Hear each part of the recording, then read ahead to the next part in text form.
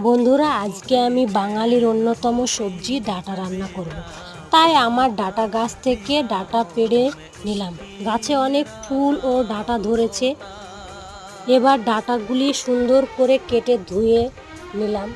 তারপর কড়াইতে দিয়ে পেঁয়াজ, রসুন ও আদা রসুন বাটা, জিরে, কাঁচা লঙ্কা আর সর্ষে বাটা দিয়ে তেজপাতা, লবণ, হলুদ, ধনে গুঁড়ো আর সরিষার তেল দিয়ে ভালো করে মাখিয়ে নিলাম।